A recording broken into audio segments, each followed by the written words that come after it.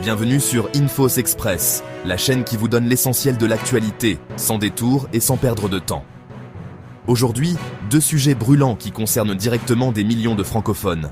L'Espagne secoue l'Europe avec une régularisation historique de sans-papiers et la France menace de fermer ses frontières. Et pour la diaspora algérienne, une bonne nouvelle liée à l'importation de véhicules. Restez bien avec nous, ça commence maintenant. Imaginez, du jour au lendemain, un pays européen décide de régulariser près d'un demi-million de personnes en situation irrégulière. C'est exactement ce que vient de faire l'Espagne. Et cette décision provoque une onde de choc qui secoue Paris jusqu'à Bruxelles. En avril 2026, le gouvernement de Pedro Sánchez a approuvé un décret de régularisation extraordinaire. L'objectif ? Intégrer officiellement dans la société espagnole environ 500 000 migrants déjà présents sur le territoire.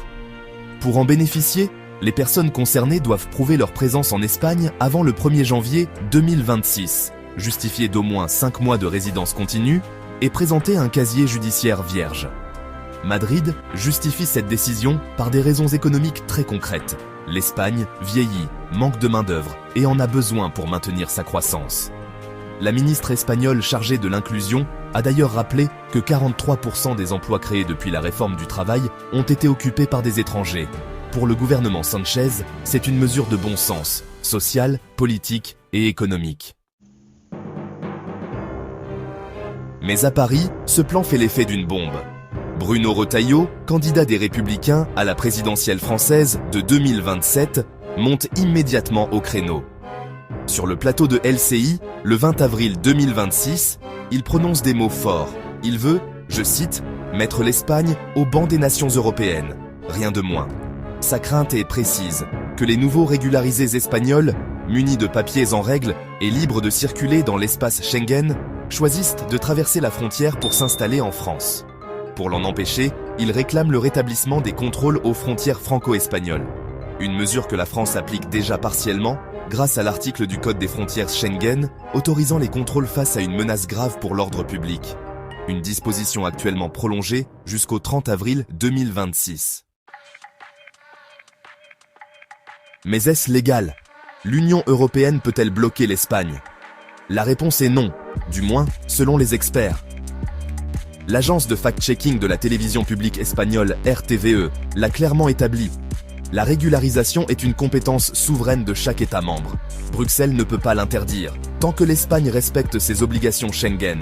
Et l'histoire le confirme, les précédentes régularisations massives espagnoles, en 2000, 2001 et 2005, n'ont entraîné aucune poursuite juridique de la part de l'Union européenne.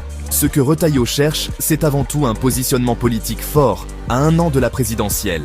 Il s'appuie sur la nouvelle majorité de droite qui domine désormais le paysage politique européen pour pousser une ligne migratoire dure. Pour les voyageurs, les travailleurs transfrontaliers et les vacanciers, un renforcement durable des contrôles à la frontière franco-espagnole pourrait se traduire, par des files d'attente allongées et des trajets plus longs. Un débat loin d'être clos. Nous passons maintenant à notre deuxième sujet, qui concerne directement les Algériens résidant à l'étranger. Si vous êtes membre de la diaspora et que vous avez acheté une voiture avant le 1er janvier 2026, cette information vous concerne très directement. Ne zappez pas. Des centaines de milliers d'Algériens établis en Europe, en France, en Italie ou ailleurs avaient acheté leur voiture avant le 1er janvier 2026. Problème. La nouvelle loi de finances algérienne 2026 a modifié les conditions d'importation et de dédouanement de ces véhicules, créant une zone d'incertitude pour beaucoup. Bonne nouvelle, les autorités algériennes viennent de leur accorder un délai supplémentaire. C'est le consulat général d'Algérie à Naples qui a publié l'annonce officielle sur sa page Facebook le 17 avril 2026. La mesure exceptionnelle est claire. Les membres de la diaspora algérienne disposent d'un délai supplémentaire pour faire dédouaner leurs véhicules dans les conditions réglementaires qui étaient en vigueur avant la loi de finances 2026. Ce dispositif transitoire est valable jusqu'au 30 juin 2026. Autrement dit, il vous reste encore un peu plus de 2 mois pour régulariser la situation. Cette mesure concerne spécifiquement les véhicules particuliers à moteur diesel.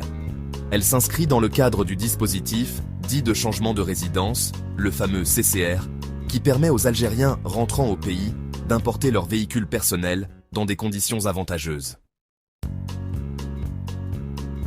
Mais attention, cette mesure n'est pas automatique. Pour en bénéficier, vous devez prouver que l'achat du véhicule a eu lieu avant le 1er janvier 2026. Les documents exigés par les services consulaires sont les suivants: la facture d'achat du véhicule, le bon de commande, la preuve de versement d'une partie du prix, tout autre document commercial officiel attestant l'achat avant la date butoir. Cette décision fait suite à l'entrée en vigueur de la loi de finances 2026 qui avait durci les conditions d'importation de véhicules, notamment en restreignant les motorisations acceptées. Face aux difficultés pratiques rencontrées par de nombreux membres de la diaspora, qui avaient engagé des achats avant d'avoir connaissance des nouvelles règles, les autorités algériennes ont choisi une approche pragmatique en accordant cette période de transition. Si vous êtes concerné, ne tardez pas. Le 30 juin 2026 approche. Contactez dès maintenant le consulat algérien le plus proche de chez vous. Préparez vos documents et engagez les démarches de dédouanement dans les meilleurs délais. Nous mettrons le lien vers le communiqué officiel du consulat en description. Voilà pour cette édition d'Infos Express. 2 sujets, 2 continents, mais un même fil conducteur. Des décisions politiques qui ont des conséquences très concrètes sur la vie quotidienne de millions de personnes.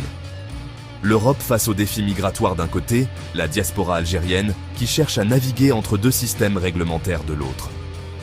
Si cette vidéo vous a apporté de la valeur, abonnez-vous à la chaîne, activez la cloche pour ne rien manquer et partagez avec vos proches qui pourraient être concernés. Vos commentaires nous aident à améliorer le contenu.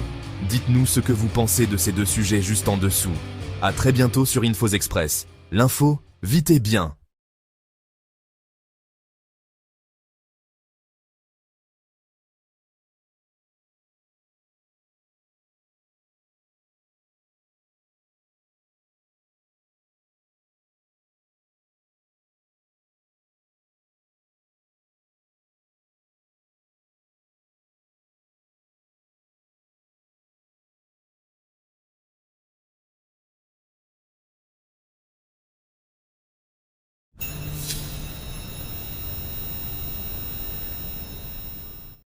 Abonnez-vous à notre chaîne. Cliquez sur la cloche pour rester au courant de l'actualité algérienne.